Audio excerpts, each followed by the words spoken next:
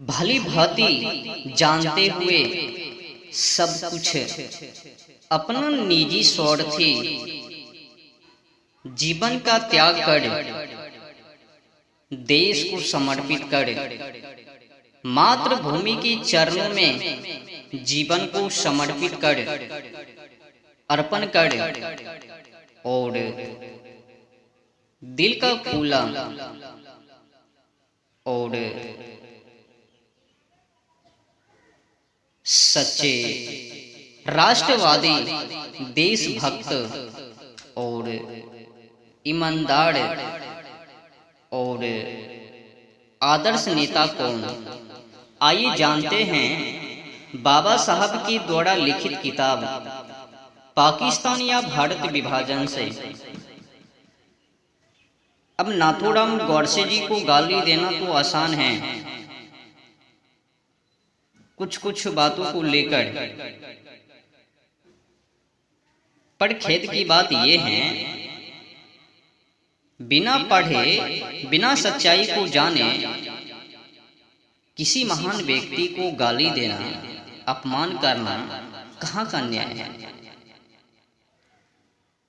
कोई बात नहीं है, पोल तो एक ना एक दिन खुल ही जावे।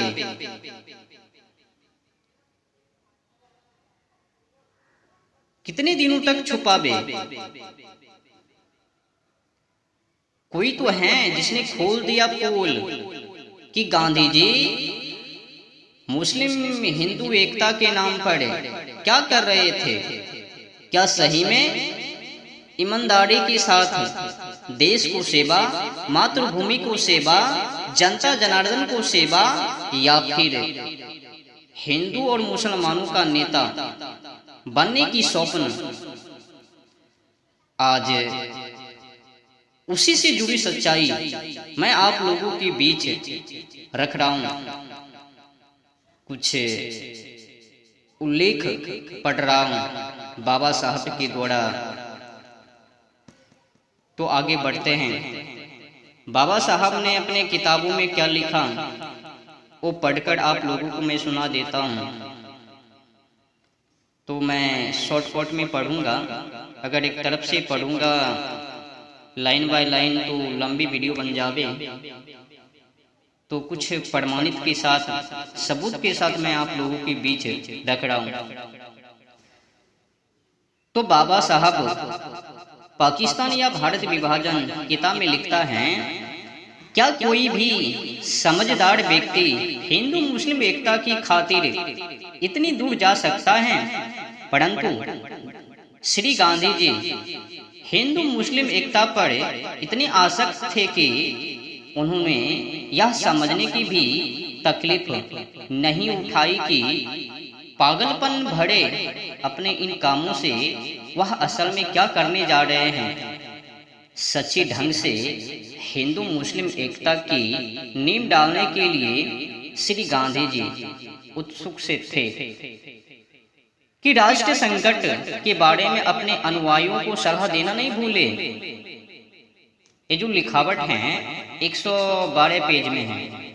फिर 113 पेज में लिखता है, हिंदू मुसलमान एकता बनाने के लिए श्री गांधी जी ने सिर्फ यही बातें नहीं की कि जब मुसलमानों ने हिंदुओं के विरुद्ध घोर अपराध किए तब भी उन्होंने मुसलमानों से उसके कारण नहीं पूछे।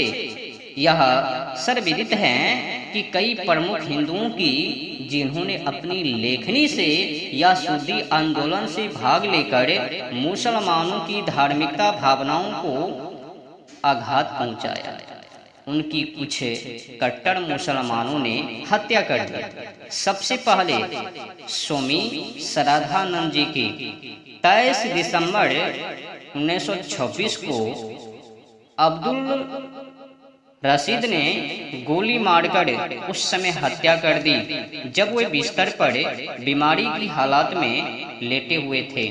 उनके बाद लाला नानक चंद की हत्या कर दी गई, जो दिल्ली के प्रसिद्ध आर्य समाज जी थे। फिर 6 अप्रैल 1929 को रंगीला रसूल के लेखक राजपाल का उस समय कत्ल कर दिया जब वह अपनी दुकान पर बैठे हुए थे। सितंबर 1934 में अब्दुल कयूम ने नाथूराम शर्मा की हत्या कर दी। यह एक बड़ा दुस्साहस कार्य था। अब समझो, नाथूराम को गाली तो आज लोग खुलेआम दे रहे हैं, आतंकवाद भी कह रहे हैं। मैं आप लोगों को बता दूं, अगर एक व्यक्ति को मारने पर नाथूराम गौडसे जी बड़े आतंकवाद हैं, देश का पहला आतंकवाद हैं। मुगलों को छोड़कर मोहम्मद बिन कासिम, गजनी, तैमूर लंगूर, औरंगजेब, उनको छोड़कर एक पहला भारत का आतंकवाद नाथूराम गौडसे जी ही दिखा और कोई नहीं। और जो नुके छुपे गेम खेल रहे थे, हिंदुओं को मरवा रहे थे, उनका तो दूर दूर तक इतिहास लिखा ही नहीं गया। नुके छुपे हिंदुओं को कत्ल कर, मुसलमानों को खुश कर। याद रखना, नाथूराम गौडसे जी ने बस एक व्यक्ति को मारा, और उस व्यक्ति को मारा जिसने देश के नाम पर, राष्ट्र के नाम पर देशद्रोही काम किया। 1915 से लेकर 1948 के बीच लगभग में 40 से 50 लाख हिंदुओं को कत्ल करवा दिया और उसी नरसंहार से मुसलमानों को खुश किया। तभी जाके हिंदू मुस्लिम के बीच भाईचारा। तो हिंदुओं की जबह की वजह से गांधी जी सफल हो पाए, नहीं तो उनको आज कोई भी नहीं पहचानता।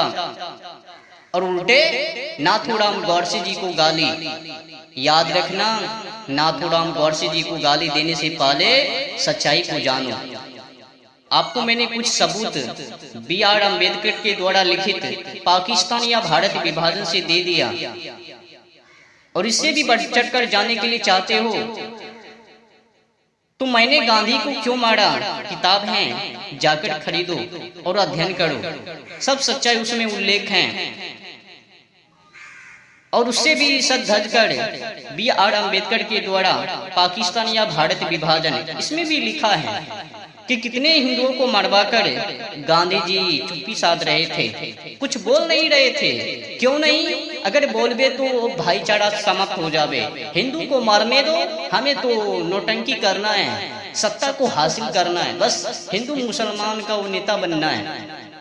तो नेता बनने का स्वप्न गांधी जी, और हिंदुओं को जबह करना गांधी जी।